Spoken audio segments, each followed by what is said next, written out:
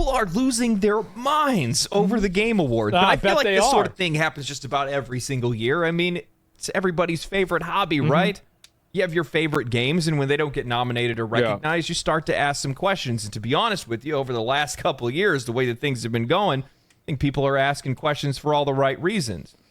I want to say this first. I am so happy that I was wrong in my assumption that Black Myth Wukong was going to get pushed out of the Game Awards, especially people were just saying that to start up drama. Everybody was trying to say, before the Game Awards nominations happened, they were trying to say that Jeff Keighley was getting bullied by AAA game devs to give Dragon Age Veilguard Game of the Year. Like, they had already presupposed that it would be nominated and that it would even actually win. How that game was treated up to its launch and then thereafter. Yeah. It's actually funny. I saw a bunch of people go back to my video from a couple weeks ago talking about that very issue and trying to rub my face in the fact that I was wrong and that it got nominated. I'm just sitting here like, yeah, no, that's good. Yeah, I'm glad. I'm happy that happened, especially after everything that game went through. What were you expecting? Hold on, I'll do it the right way. This is what you want. So this morning, I woke and do an apology video for something that you said might happen in an award show. Looked at myself in the mirror and I questioned everything about myself. Who is this lie? Who is this shell of a man? You don't even belong on YouTube. How dare you say your opinions on the internet, you fool! I'm so sorry. Now, I'm pretty good YouTube apology video. I'd say it's decent. I think also, I do think that people need to stop posting bullshit. And like, oh, this is what's going to happen. There's this leak that I heard about, and it said that they're going to make every character in the new game, they're going to make them gay and trans. They're going to be gay, trans, Muslim, atheists. Yeah, no, I heard this from insider information. That's what's going to happen. Okay. Getting a Game Award. Please stop. But that doesn't mean that this year's award show isn't without controversy. No. There's actually plenty of it. Not only are we seeing a poker roguelike slip its way right into the Game of the Year category, but we're seeing a DLC and also even some underhanded or seemingly underhanded changes to the voting process before the nominees went up. Now, one of the things that I've actually seen quite a lot of recently is people asking, why are you even upset in the first place? Who cares about these awards? They're meaningless. They care about the awards. That's why they made the award show. And if they didn't care about the awards, then they wouldn't be doing what they're doing. This is, again, bro, I hate this. This is the one thing that people do that I hate. It's when they say, oh, it doesn't matter. Bitch, if it didn't matter, you wouldn't have done it. Don't do something and then get mad when other people say, why did you do it? It's nothing but a show of vanity more than anything else, but I'm here to tell you that they mean a little bit more than that. Many people dismiss the Game Awards as a shallow vanity showcase, a glitzy night where the industry insiders pat each other on the back and there's little substance that comes from it. But this perspective overlooks the tangible benefits that ripple through the industry, particularly for the developers who win and the players who engage with their work. Yeah. The Game of the Year award in particular serves as more than just a shiny badge. It's a moment of recognition that often carries significant financial and cultural weight. For developers, winning Game of the Year can be transformative. It's not just a morale booster for the team, it's a marketing gold mine. A game that wins the award can see a surge in sales, especially with the Game Awards coming just before the holidays, as both new and returning players flock to see what made that game so special. It's the kind of exposure that the most aggressive a lot of like my normie IRL friends, they know Baldur's Gate 3. Yeah, they do. They're like, oh yeah, that's the game that was really good, right? They know Elden Ring, like, oh yeah, that's the game everybody said was really good. Like, yeah, that's the one. Rising campaign can't buy, because it means that your game is genuinely one of the best of the year, if not exactly. It was Hi-Fi Rush. Then Hi-Fi Rush Studios got. Nobody played Hi-Fi Rush. Hi-Fi Rush was one of those games that like everybody said was really good, but nobody played it. Like streamers are like that sometimes too, where like everybody says like, oh yeah, this guy's such a great streamer. It's like, well, if they're so great, why did they get 800 viewers? They've streamed for 10 years. But it's like everybody circle jerks about how good they are. There's a lot of people that do shit like that. Rising star. I think they should give it to her for the 3rd year. I do. I think it'd be really funny if they did that. It would be so funny. Best of the year. Beyond the immediate revenue, it often cements the developer's reputation, making it easier for them to secure funding or creative freedom for future projects. That recognition becomes a signal to investors and publishers that the studio is capable of delivering on excellence, giving them the leverage they might not have had otherwise. While a lot of sales This is true also with movies. Think about the creative liberty that a guy like Christopher Nolan has versus some random director that just basically makes whatever slop that they're supposed to make. That's the reason why it matters too. It's the same with like From Software. Like, oh yeah, we're going to go from our massive blockbuster Elden Ring hit and we're going to make a mech game? A mech game? What? For the 7 guys in Japan that play them? And the 1 fat guy in America that still plays them? That's 8 people. Well, they did it anyway. It's called Armored Core 6. It's a great game.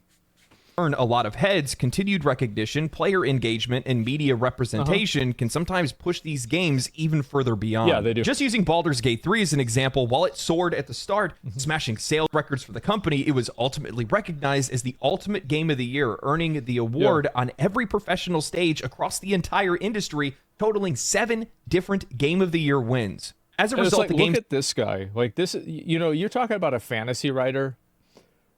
Lawrence Stick. Expert writer. I immediately believe him. Of course he is. Look at it. Absolutely. Yeah. Of course.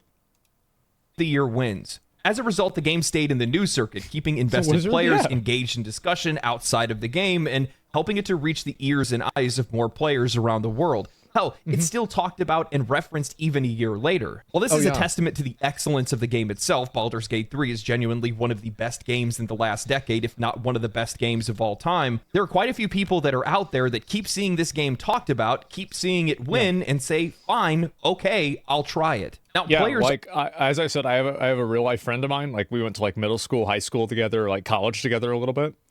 And he's like, yeah. I'm like, what are you playing? He's like, yeah, I'm replaying Cyberpunk 2077, and I've been trying to get back into Elden Ring, and on the weekends, I play Baldur's Gate 3 with my dad and my brothers. Like, that's like fucking S-tier normie gaming, and, I mean, that's some good fucking taste, isn't it? You know, like it was. Where does he find the time? I don't even know if he works 20 hours a week now. And he's getting paid over $100,000. He's doing tech support. He's talking about all these vacations he's going to go on, like everything. Like, he, like, you know, remember that one day that, like, all the systems went down? He woke up at, like, 9:30 and, like, it was already fixed. He's like, what the? 64 missed calls. What the? Oh, it's fixed? Okay, great. It's not a big deal. Yeah, it's a better life. Yeah, bro, this guy has it dicked. What job does he work at? I'm not gonna expose him. I don't want to mess with a good thing. I told him, I was like, man, like, you make sure, like, watch out. Like, you don't want to lose that job. Also reap the benefits, perhaps not in the most obvious ways, but a Game of the Year win sets a bar for quality that other studios want to strive to meet. It tells the industry this is what resonated the most with an audience and critics alike, and developers take note of it. The success of games like Baldur's Gate 3, The Last of Us, Elden Ring, Breath of the Wild, all of these inspire trends in storytelling, world building, and gameplay mechanics that ripple into future titles. It raises expectations and, in many cases, pushes the industry forward. Even acknowledgement of smaller titles in other categories can give a moment of spotlight, bringing a niche experience to players who may not have discovered it otherwise. I can't tell you guys how... Did Persona 5 win any awards, or Persona 3 Reload? I don't know. Because, like, I beat Metaphor. I actually think that game... If it wasn't for how good Black Myth Wukong was, I would think that game should get Game of the Year. Real shit. Many times I found an indie title or a gem that I otherwise hadn't heard of, and it was just because it was nominated in the Game Awards. At its best, the Game Awards is more than just a vanity parade. It's a cultural touchstone for the gaming community, celebrating not only what games are, but what they can be in the end. They drive innovation, give well-earned recognition to creative teams, and expose players to games that they otherwise may have overlooked. Yeah. So while the event is undeniably flashy, its impact is far from superficial. It's a celebration that benefits the entire ecosystem. Now, I'm not saying... It's a good thing. Like, people want to win awards. That's why the award shows exist. Like, yeah, award shows are great. People care about it. People say you've turned into a certified yapper. What have I been doing for the past 4 years? That the Game Awards create success by any means. It's just that they're giving them a little bit of an extra nudge, that little extra added momentum that's helping them get even more successful than what they were at the very start. And this is especially true for holiday buyers because they walk into stores or maybe they see an ad pop up on social media or on an app or something like that. They see that a game has that Game of the Year sticker and they think that it's a solid buy, a great Christmas gift for somebody. And chances are, it is. More times than not, they're right. That ends up being the case. I know for years, my mom almost always would buy me the Game of the Year game because it was the easiest choice for her to make because she didn't really understand the games or the hobby or anything like that. And, you know, as a kid and then even then after, yeah, it worked almost every single time.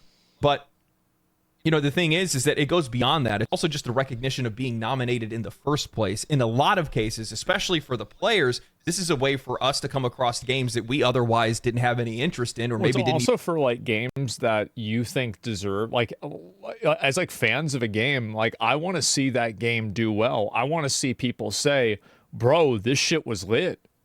I want to see it get the acknowledgement that I think it deserves. Even see at all. I think one of the best examples of this is Balatro. The game has exploded all of a sudden. Now everybody's talking about it, and for the most part, the vast majority of these folks haven't even heard of it. Yeah, I honestly, they should probably be thankful of that. I have over 400 hours in the game, and I wish that I could get that time back. No, I actually don't wish I could get that time back. I don't know where that time went. I thought I only played it for like 10 hours, but... Sometimes I hear the music in my sleep. That's the power of these awards. That's what they can do for these companies. It's also what they can do for the players. Not only is it setting an example for games that we want in the future, and it's exposing players to games that we otherwise would have overlooked, but it's just that recognition that a lot of these studios deserve for the hard work that they put in delivering something that we actually wanted. And I think that's one of the most important part. But let's not kid ourselves. At the end of the day, we love validation. It's one of the reasons why we like social media. Yeah, I want a pat on the head. I want them to tell me that I want the middle-aged man to tell me that my video game decision was the right call. You made the right decision in investing 200 hours of your life into this game. It's a good game.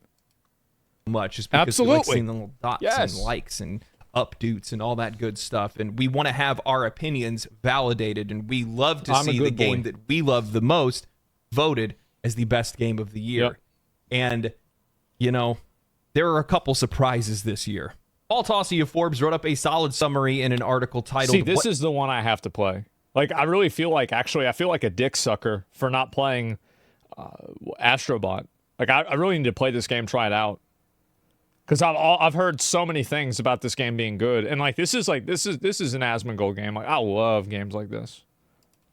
Got a Game Awards 2024 Game of the Year nomination, and what didn't. Writing the nominees, Astrobot, the platforming love letter to PlayStation, is one of the best entries in the genre in years, and it's no surprise that it's a celebration of not just the PlayStation IP, but what feels like gaming in general is nominated here. I would personally consider this the front runner. Metaphor ReFantazio. I cannot imagine thinking that's the front runner over Black Myth Wukong or Metaphor ReFantazio. Like, I'm sorry, I cannot even imagine that.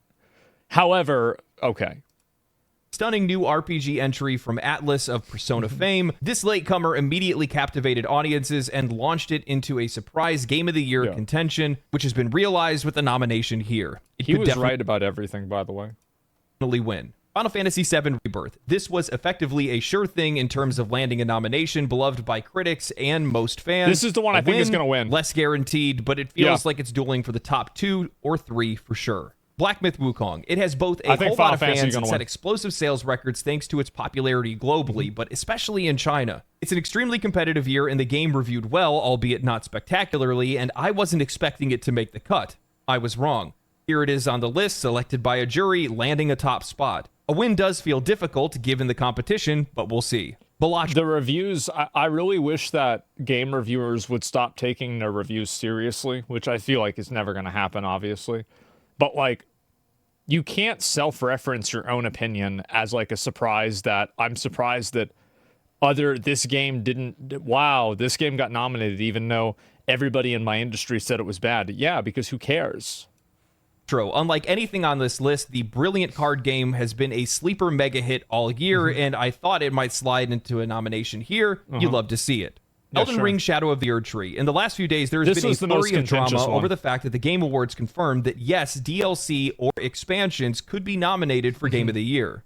While the immediate aftermath of this discussion was about a likely nomination or even win for Shadow of the Erdtree, it was still up to the voters whether they considered whether or not they would count it. Enough did, it seems. Could it win now? That would spark some more opinions. Now, these are the games that did not receive nominations. I don't think a DLC should get Game of the Year. Because you can't play a DLC. You can only play the game that the DLC exists for. I think it's ridiculous. Helldivers 2, an explosively popular game that shattered perceptions of whether Sony could produce a live service hit. It has certainly had its ups and downs since its release, but it's hard to forget that stellar initial launch period, and it's a multiplayer entry that failed to get a nomination. This may be the biggest snub if we're playing that game. I think that Helldivers 2 was a very one-dimensional experience. I wish that Helldivers 2 had the same progression path and the same type of gameplay progression that, like, Space Marine 2 had. Or, like, I'm trying to think, like, maybe Grand Blue Fantasy Relink, like, some degree of, like, character progression. Because, like, that, yeah, in any shape or form, yeah, like, I just feel like you needed something. Silent Hill 2. This one was bound to be controversial as a remake, but Silent Hill 2 put up a large amount of nominations overall before the Game of the Year slate was ever even announced. I don't want to see a remake win Game of the Year. I don't want to see remakes, remasters, or DLCs win Game of the Year. I don't think they should be categorized. It's not fair. However, land an actual Game of the Year nomination itself, which was a bit of a surprise. Yeah. Dragon Age: The Veilguard. There was some theorizing that games journalists would rally behind this game to get it nominated, but despite its solid enough reviews and many Dragon Age... Despite their reviews, who cares about the reviews? Fans enjoying it, it's not exactly a product similar in the full-on glory days of BioWare, and as such, it did not land a nomination. What he means to say is that the game sucked dick and nobody liked it. That's why it didn't sell very well. Yeah, that's what he meant, like, to say, yeah, it sucked dick, and so obviously they weren't going to nominate it because it'd be embarrassing. Final Fantasy VII Rebirth is a remake. What do you mean?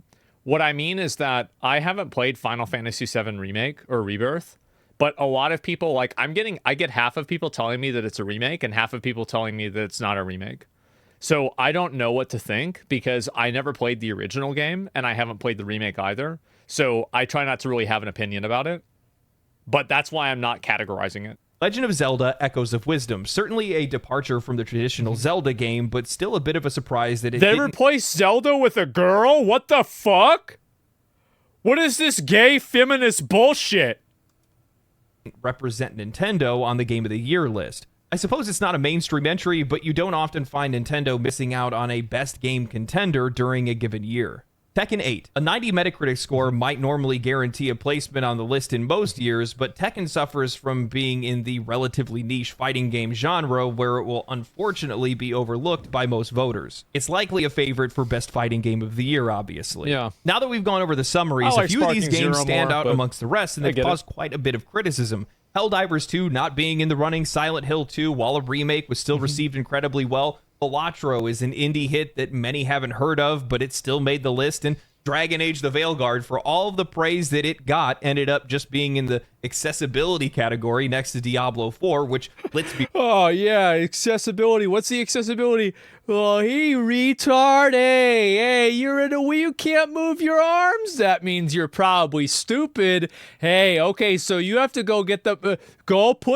you see the blue triangle? You have to put it in a hole that's blue and it's a triangle. Hey, stupid. Hey... hey, I know you're quadriplegic, which means that you can't think. So we're going to tell you 5 times how to do this. And oh, no, we're not going to make the game easier to play. No. We're just going to make it so where everything dies in one hit. That's accessibility. Yeah, there you go.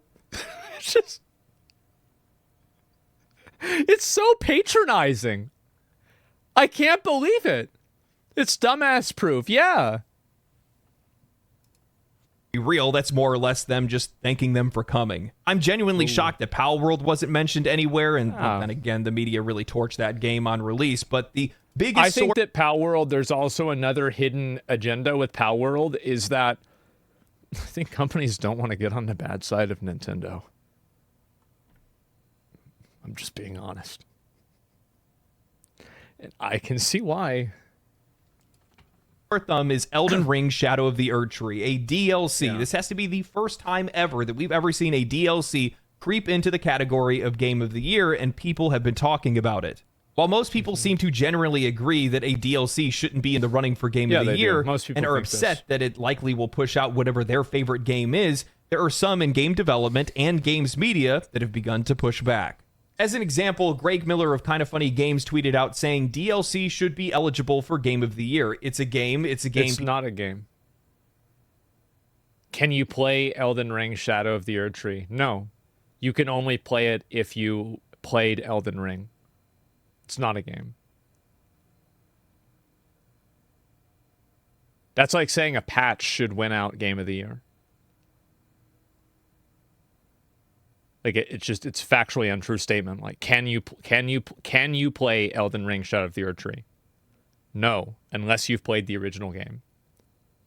And you cannot disconnect the existing game from the DLC and look at it objectively. It's dependent. Yeah, it's just not true. People played this year. If it's that good, it should be honored. Thomas Mahler of Moon Studios also tweeted out saying, it seems that a few people are upset that the Elden Ring DLC has been nominated for the Game of the Year award at this year's Game Awards. Let me be clear, I'm 100% on board with this decision and told Jeff Keighley the same a few months ago. The industry is changing and we're moving from box products and sequelitis more towards games that are kept alive. It makes sense to do so. I think that in the future we're going to see more and more games that are treated as mere platforms that are receiving updates continuously, and we should celebrate those achievements just as much as we are celebrating entirely new products. I agree. I just think, God, it sounds so bad. I think they should just be separate but equal, right?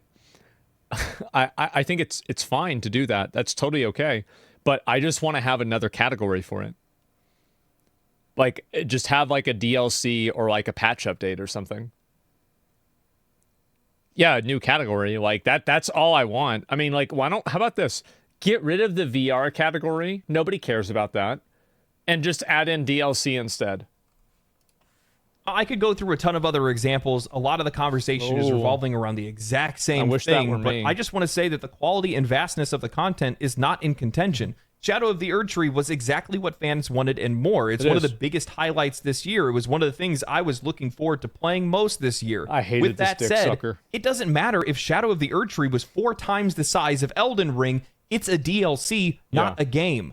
You have to own the base version of Elden Ring to play it. It's not a standalone title. And from my perspective, this sets a bad precedent, not only for the Game Awards, but for the industry, especially because now we are just normalizing games, especially single-player games, becoming a continued platform that is recognized for the same achievements as newly minted titles. Developers making brand new games incurring significant... Yeah, and that's another really big... He's bringing up such a great point right now, because what he's doing is he's saying that it's creating a feedback loop that keeps new games out of the market.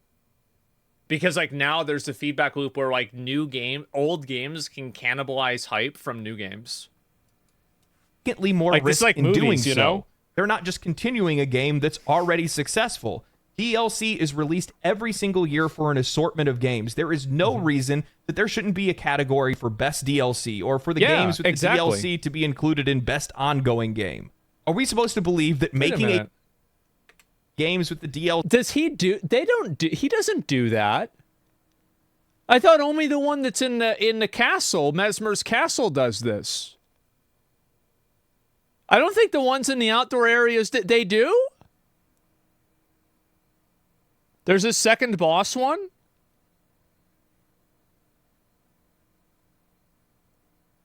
Really? You killed it? Oh.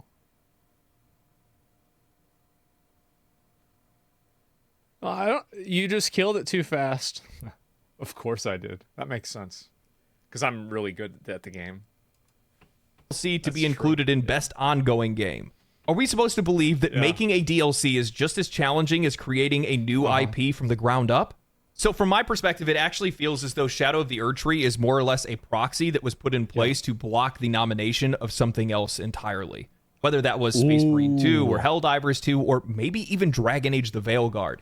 Let's see, what game do I think should have gotten in the Game of the Year nomination?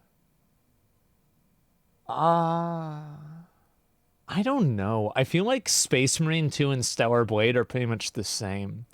But I also think that like Black Myth Wukong and Metaphor are like such a clear cut above those games. Like those Stellar Blade and like Space Marine, they're like a solid 8. Where I feel like Metaphor and like what do you call it? The other one, Black Myth, they're at least a solid 9. Core Keeper? I don't know. Yeah, another Crab's Treasure. I would love to see indie games like that have their own category. I realize this is more of a conspiracy than anything else, but keep in mind, Paul just said there were some rumblings of games journalists that were trying to push Dragon Age the Veilguard through, regardless of everything else that was going on around that game, and maybe forcing Elden Ring Shadow of the Erdtree into the conversation blocked that game or some other game from being nominated. Yeah, there's no way. It's too easy to vote for. It's likely the most widely played game this year by the most people and one of the most well-known names in all of gaming. It would be like if Baldur's Gate 3 released a DLC. It would be the exact same thing because it's the most popular game. It's one of the most talked about games, and everybody has seen it, especially if we're talking about the panelists that they've included in this, and we're going to talk a little bit on that as well. But I've seen a lot of chatter about Balatro specifically. While there's been some people pointing out Shadow of the Erdtree, a lot of it's actually been pointed at Balatro and saying that it doesn't deserve to be on the list. And while I think you could maybe make a case for some of the other indie hits that came out this year, the game deserves its nomination. For the people that are out there that are just... Not every... Like, this is... Like, the only people that think it doesn't deserve a nomination are people that, like... I feel like they're, like, the worst kind of players, right? They're the people that are, like, basically they decide, is this game a good or not? I don't know. How good are the graphics? How many people are playing it? Like, what? How do you make a decision based off of that? Thinking that the game is purely poker. I'm sorry. You haven't played the game. You have absolutely no idea what you're talking about. Yeah. The amount of people that are... I haven't played it either, to be trying fair. to minimize this game while saying that all the other games are that much more innovative and creative when they're quite literally just copies of other games themselves is ridiculous to me. It is. And plus, on top of that, I just personally really like the story of how the game came to be in the first place. Guys working a part-time job or a full-time job while he, at the exact same time, is working on a game for like 2 years, trying to put this together by himself to make a portfolio so that he can get a job in game development. Well, now he's going to be able to get a job. It blows up. It's already spawned copycat games. It's sold millions of copies. It really is a innovative, interesting game. Super fun to play. I recommend it to everybody. I made a video on it like 7 months ago. You guys need to go watch that. It was actually really good. But it's one of those... I love that, bro. Like, yeah, my video that I made was so good. You guys should go watch my video. What a good video that was. Absolutely. I love it. Games that I definitely think does deserve its spot. With that said, I will say that there is some serious inconsistency with some of these nominations. And I think the reason why is because of how these awards are being conducted. Yeah. Not only is it some of the changes that they made, to their website, to their rulings, to the games that could be nominated, but it's also the paneling. And I understand why players are upset about a lot of the nominations or how this is being handled, because they don't feel like they're being represented. No. To be honest with you, with some of the things I've seen people talking about, well, they don't want to see you represented. Ever. Yeah. In an article from The Gamer titled "The Game Awards Has a Bigger Problem Than Shadow of the Erdtree," the writer Stacey Henley effectively hand waves the players' questions and criticisms, saying that the rules haven't changed last minute, and these awards were always going to be controversial. While at the exact same time, the article only cites itself and refers to itself when using that as proof, literally every... Oh, man. Who does this? Every single link on this entire article is just referring to another one of their own articles or another writer from The Gamer. This article is all in response to people taking notice of a few things before the nominations were revealed and some of the changes that were made over on the Game Awards official website. One of the first being that DLCs were now recognized where they hadn't been in the past. Again, something that feels artificial, especially for this occasion specifically, because if not, then we would have seen Cyberpunk's Phantom Liberty nominated last year, but we didn't. I feel like it should have. I really feel like, yeah, it's like, what about Phantom Liberty and like that one Witcher DLC? What about Iceborne back in the day? Now, along with all this, players also notice that the voting is calculated with a voting jury taking up a whopping 90% of the vote, while players and fans only make up 10%. That's called democracy. Meaning that players are only a deciding factor in the event of a tie, and even then, their votes are likely not even a factor. And that's the reason why players are raising questions over the awards, because they feel like they aren't being heard or represented. And in fact, we know that we're not being represented. The panel of judges are from outside outlets that have nothing to do with gaming at all. Exactly. Looking at some of the outlets in the U.S., we have Entertainment Weekly, the LA Times, the New York Times, Pride.com, Rolling Stone, the Atlanta... It's fucking ridiculous. It is. It's fucking absolutely fucking ridiculous. Pride. Yeah, this is about being gay. Like, what does this have to do with video games? NPR, Variety? What the fuck? What is this? Like, what is this shit? Gay people play games? Yeah, they do. You know what games they play? They play Elden Ring. They play the same fucking games that we do. Having an advocacy group for a sexual identity doesn't make sense for a video game fucking award show. It's ridiculous. This is an identity advocacy group. It's got nothing to do with video games. NPR, it's not like, oh, well, gay people like these video games and straight people like these video games. Like, that's not like, that's like a YouTube comment. Really, it's not real. Nobody thinks this.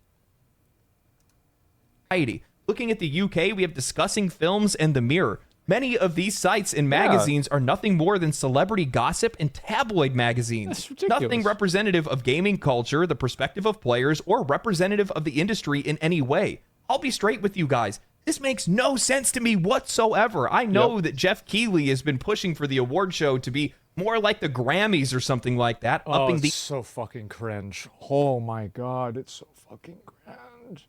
How do you want it to be like the Grammys? Are you kidding me?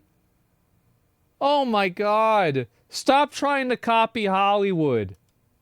Annie each year, but this feels like groveling at Hollywood's doorstep more than anything else. Jeff, we're winning. Our industry dwarfs music and television by a country mile. We do not need their approval, and frankly, the last thing that any video game player wants is Hollywood's influence in the gaming industry. Henley exactly. Like, oh yeah, I can't wait to get another fucking Spider-Man movie by the way, he's totally fucking up this fight. I just want to let you guys know, like, massively fucking this fight up. Up the awards being controversial no matter what because of toxic gamers hand-waving their concerns, saying maybe it's more controversial this year because of everything that's going on in gaming. There are a few who dread Shadow of the Erdtree's potential nomination on quality. It's roundly considered an excellent expansion to an excellent video game. The issue is the principle of the thing, and gaming has been short on principle this year. A groundswell of toxicity has risen unchecked. Gaming has been short. It's more controversial, but the issue is the principle of the thing?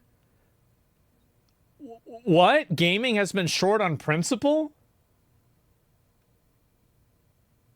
What kind of shit-talking retard writes something like this? What the fuck do you even mean? Holy shit. On principle this year. A groundswell of toxicity has risen unchecked this year in gaming. You're welcome. It's me. They're thinking about me. It's all about me. I think everybody probably watching the YouTube video see, oh my god, he did it again. Welcome. I did this. an outsized influence in the YouTube algorithm and on yeah, they're mad because YouTube videos are getting more views than their website. Yeah, okay, here we go. You know what we need to fucking do? I need to make my own print website and make print media good again. Because I think that print media is so important. I think that print media is the best way to communicate an idea. There's no messenger. There's just words on a page. Is it true or not? When was the last time? I want to ask you guys a question. When was the last time that a piece of print media was important for us culturally? I can think of one example, and I don't think it's a great example.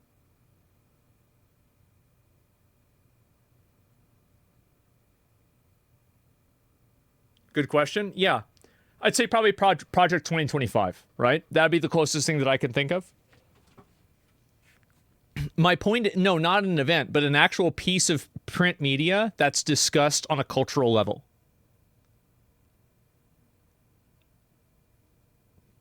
We don't have this anymore. Like, nobody knows how to read anymore. People don't know how to use a book. It's bad. It's real bad. Nintendo Power? Yeah. 50 Shades of Grey? Maybe you're right. Yeah, Twilight. I mean, that's you? Nah, bro. Like, I'm talking about, I think this is a cultural thing. I do. You can't even read the tutorial, so you're right. Well, I can, just not on stream. Anyway, I feel like print media is really important. And the fact that there is no place to get print media that has any integrity at all is actually a huge problem. Have you guys ever written something out and then after you wrote it out, you understood it better because you wrote it out?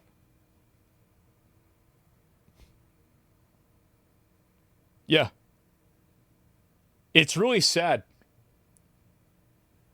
It is. It's so sad.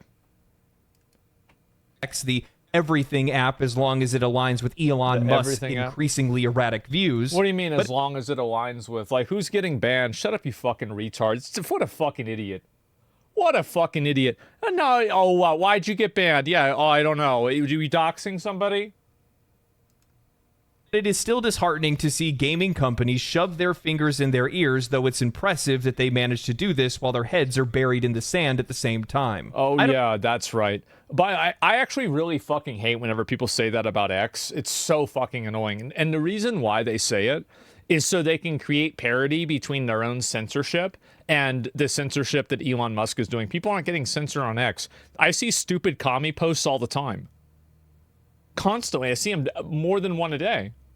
The idea that, like, people are getting censored for certain opinions on X is just bullshit. Yeah, it's so fake. Yeah, and all they're only doing that so they can pretend like Elon Musk is doing the same thing that they were doing, but he's not. It's not what's happening. Being community noted counts as censorship for them? Yeah. Facts are censorship.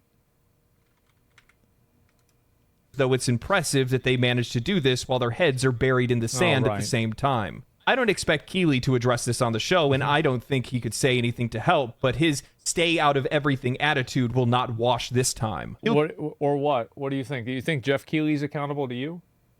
You're a fucking loser. You're a loser writing an article hoping that you're going to get $30 from ad revenue from it.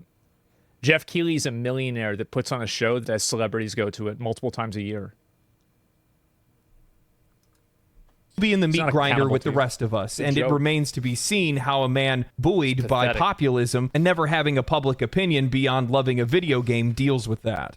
She then goes on to say that if Black Myth Wukong and Stellar Blade don't sweep the awards, then gamers are going to feel like the entire thing is rigged. And after stating, well, Stellar Blade, I don't think is. I think Stellar Blade's a really great game, but I don't think it should win like Game of the Year.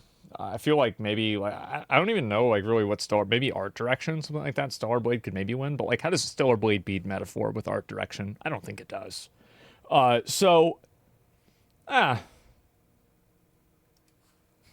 When these folk demand Black Myth and Stellar Blade sweep the board, I see replies like, what about Final Fantasy? What about Astrobot? What about Metaphor? What about Infinite Wealth? What about Dragon's Dogma? What about Dragon's Dogma? What about Shut Up and Play the Game, you fucking retard? Dragon's Dogma 2 sucked. It was a tech demo for Monster Hunter Wilds.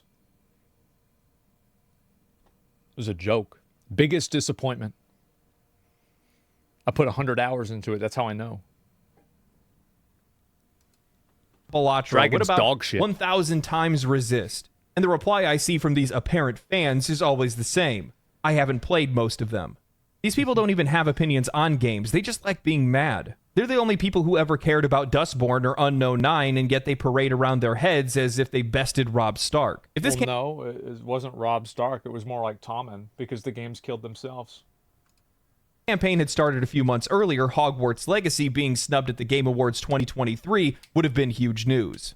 People that like Black Myth Wukong and Stellar Blade are immediately looped into the group of these people, games that only had controversy because it was manufactured by games media, and the players felt that they had to stand up to protect those games that they love and enjoyed, and they want to make sure that those games are recognized. Right, so the only solution to players not feeling represented by the industry is to have the industry speak out against those players that you disagree with, to put them in their place. And you're upset that Jeff Keighley doesn't want to get caught in the middle of that and feels like it's not his place to do so. It's not. It's not. He's trying to run a show. Like, I like Jeff Keighley a lot. I disagree with some of the decisions he's making with the Game Awards, but as a person and as an event planner, I tremendously respect him. Absolutely. Yeah, he doesn't like, wow, Jeff Keighley. Oh no, Jeff Keighley won't carry our cross. He's not going to let his show be a platform for our identity politics. Oh no, he's not talking about our issues on his show. Oh wow, why won't he do it? Why won't he talk about our problems? Get the fuck out of here. So pathetic. No different than the media campaign to get Keighley to say anything about industry layoffs. So like, fucking that annoying. would have any impact outside of virtue signaling over something that you can't control and ultimately don't even understand. Well, that's the mind of these people. Do you remember this, guys? Where they were trying to guilt trip Jeff Keighley into talking about the what do you call it? About the layoffs in gaming. So fucking obnoxious. So fucking obnoxious. Jeff under so much pressure? Yeah, for nothing. Absolutely nothing. We lost E3 and boot babies for this. Well, I feel like he needs to boot these babies. These guys are losers. They're awful. You're wondering where all of this is coming from. It's because we're already dealing with so many issues where players are not feeling represented by these gaming outlets. Our perspectives are not shared, and oftentimes it feels like the media's perspective seems adversarial to its own audience. That's why it is adversarial. They talk down to their audience all the time, and I think that's why everybody hates gaming media, and that's why people hate media in general. That's why places like MSNBC are having to fire people, and Comcast is putting them on sale. The reason why is because it's become basically a high society club of people who think that they're better than everybody else. And it's obnoxious to anybody else who's not part of that group. That's the truth. It's elitism. Yeah, well, and it's not even that it's elitism. It's unearned elitism. These people are so self-serving, so glad to see Keighley ignore them. Yeah, they're nothing. Players are speaking out. It's only controversy because you made it controversy. The disparity in representation of the Game Awards voting process highlights a troubling disconnect between the event and the games that it's supposed to celebrate. When 90% of the vote is controlled by a jury of industry professionals who, a lot of them have nothing to do with gaming at all, it undermines the credibility of the awards. Players see this as yet another example of their voices being sidelined, a reoccurring theme in a relationship between gaming media and its audience. This isn't about players just wanting popular games to win. It's about us feeling like our preferences, priorities, and experiences are dismissed in favor of industry politics or critical preferences that don't align with the average player's perspective. He's completely right with this. He is 100% right with this. Absolutely. invest countless hours into games, dissecting mechanics, narrative depth, and the passion behind the development process. I think what we're seeing right now is a massive contrast in the games industry because of social media, the internet, and gaming's explosive popularity, where gamers are now more educated and engaged with these games than the journalists that are scoring them and the panelists that are awarding them. Players love their games. Of course, they're going to be upset when they see that their favorite game isn't being recognized. Yeah, what a surprise. When they see an industry that is constantly pushing back against them, that's including gossip magazines to vote the best game of the year, who are you to say that they're wrong? Yeah. And I think that's my biggest concern when it comes to all of this. It's that growing divide between games media and the games industry and the It's not just games media. It's all media and all journalism. You've seen an increasingly large divide between media and journalism and the actual consumers. And I think that it's been compounded with a sense of superiority that really is off-putting to a lot of average Joes. Just a lot of average people. It's so obnoxious. Journalism is one of the preferred career paths for the untalented rich kids. Just look at their bios, bunch of Ivy League brats. I mean,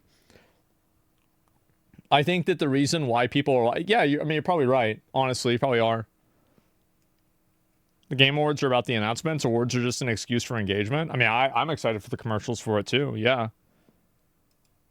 And it just keeps getting bigger and bigger. And you're only making it worse when you're adding in NPR and Variety NPR, and Rolling Stone and New York Times and LA Times. What do they have to do with video games? Nothing. Let's be real. The vast majority of these outside outlets are likely going to vote based on popularity, whether or not they've heard of the game or not, because they likely haven't even played them in the first place. And what does that serve to do? Does that share the perspective of the players? No, I don't think that it does at all. So, of course, players are going to push back against it. Of course, players are going to feel like it's somewhat unfair, because in truth, it is unfair.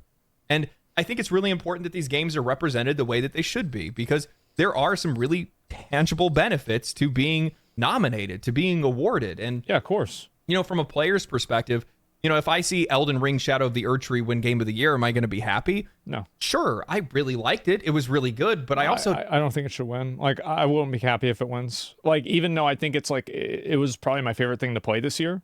Maybe Black Myth Wukong a little bit more. I don't know. It's hard to say. But, like, I would still be sad if it won. Don't think that sends the best message to the industry. What are we teaching them? What are we telling them? Are we going to be optimistic about it and say they're going to go, oh, we just need to make really good DLC? Or are they going to say, you know, hey, our single player games, why do we need to make sequels to any of these? Why should we bother making new IPs? Maybe instead what we should do is just continue to add on to the games that we already have, which they've been doing in the past. Another season now pass? They want to push into oh it my even God. Further. So, I mean, I hate to be a doomer Season about 37? it, but in most cases, they don't really like to make the right choices in those kind of things. And a lot of it is money motivated. And let's be real, if you get Game of the Year, it does earn you some money. I can't tell you guys how many times I had friends that reached out to me because they kept seeing Baldur's Gate 3 getting mentioned, whether they were winning another award, whether players were talking about an award or something like that. And these folks that, you know, never played a turn-based game before finally gave the game a shot because they just kept hearing about it. So at one point in time, it all has to be true, and I got to give the game a shot, and that's how it works for some of these games. That's not saying that these awards make successful games, like I said earlier, but it does really give them an extra boost that keeps them in the spotlight, gives them a little bit of extra money, and, you know, those games deserve it when they actually deserve it. It's obviously good if a game gets called Game of the Year. Like, fucking duh. Absolutely it is. So, it's not even a question. I don't know. I don't really know what, like, the solution to something like this is either, because, like, I don't really see the Game Awards somehow getting closer to the perspective of the players. I mean, this whole, like, 90 versus 10% thing is just, like, crazy to me. Why do you even have us vote if that's the case? Because 9 times out of 10, our vote doesn't matter. Right? Well, I guess it's probably not really I mean, I guess exactly how the math I can think works, of another example. I would guess that the vast majority of times our votes don't even really count. I would almost bet that they probably don't even check it to begin with. Why would you? And they're not even necessary at that point. And it's like it doesn't even count them. It's like you go through, you click on it, like, thanks for your vote, and there's like no internal system that even counts the votes in the first place. They don't even know, like, what do players vote on? We don't know. Like, yeah, it just takes you to the same web page. Just a link to a thing that says thank you, and that's it. Yeah. I don't know. Oh, man. Anyway, tell me what you guys think. One of the other things, I'll bring this up too before I finish.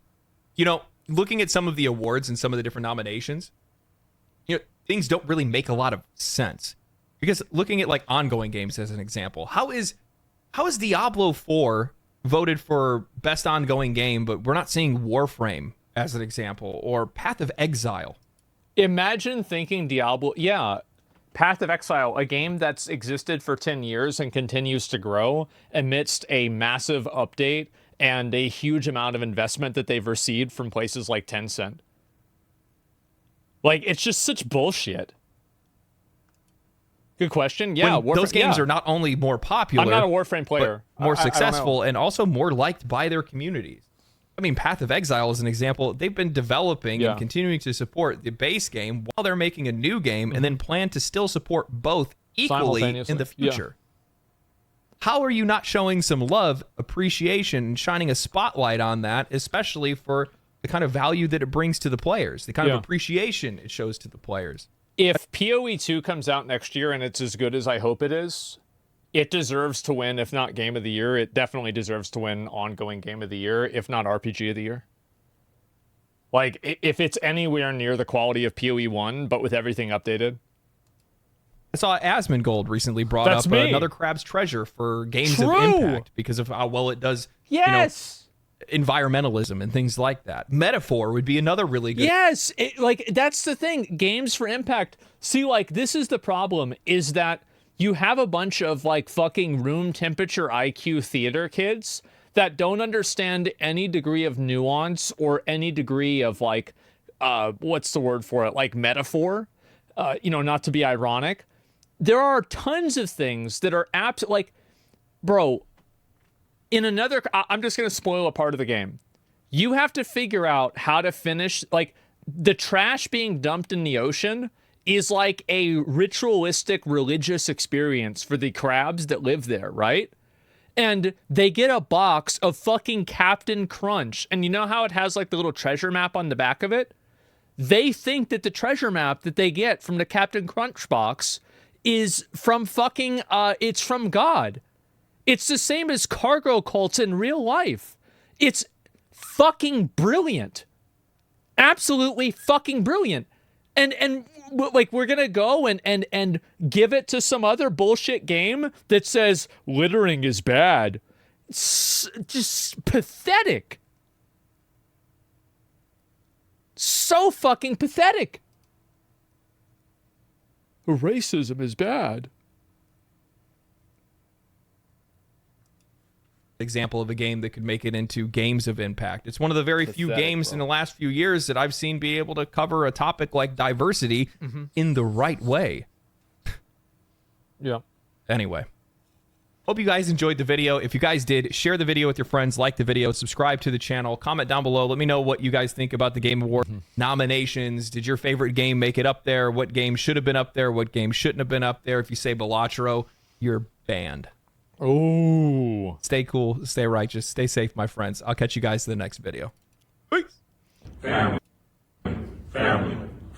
I think he's right about everything you're saying. Like, I do. I really appreciate this video, because I honestly think that the amount of bullshit with this Game Awards thing is so fucking annoying, man. So annoying. Sorry I don't care about a jerk-off show. I do. I care. I do. And they care too. That's why they did it. Yeah, Velatro's good, though. I mean, I'm sure it is. I'm sure it is good. But, like, I mean, I haven't played it. I don't really know what to think about it. I have no idea.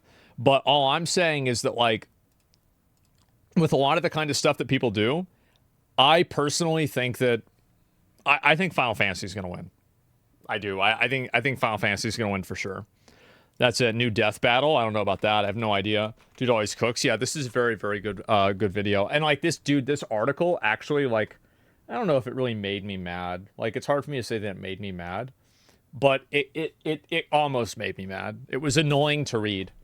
I think that there needs to be a platform for print media that matters, because right now all print media is worthless slop garbage. Nobody cares about writing anything that's persuasive. Nobody cares about writing anything that has any teeth to it at all. And the best that you can hope for is some theater kid metaphor to a social event. It's so fucking bad. Team up with Channel 5? I mean, I of all the people, I mean, Andrew, I know Andrew makes like that magazine that he does. And I think that's really good too. But I feel like it's so dead. Rebirth is not as much a remake as a sequel almost. Yeah, I hear that a lot, but either way, I'll have to play it and figure it out for myself. But yeah, that's what I think they should do. Or that's what I think somebody should do. Like, I don't know if I'd really want to invest a lot of time into doing this because it's just like such a huge investment for me. But if I feel like I have enough time, I'd be willing to like get involved with it. Why do you think that is, that all these weirdos who complain feel the need to educate the gamer as if we're some kind of rejected kindergarten group? Because they think that you are. They think that you're stupid losers that are completely uncultured and they can talk down to you because you have different political viewpoints than they do. That's the reason why. It's literally that simple. Like, oh, why do they think they should talk down to us? Because they think that they're above you. That's why. It's common sense. So yeah, those people, I find them extremely fucking annoying.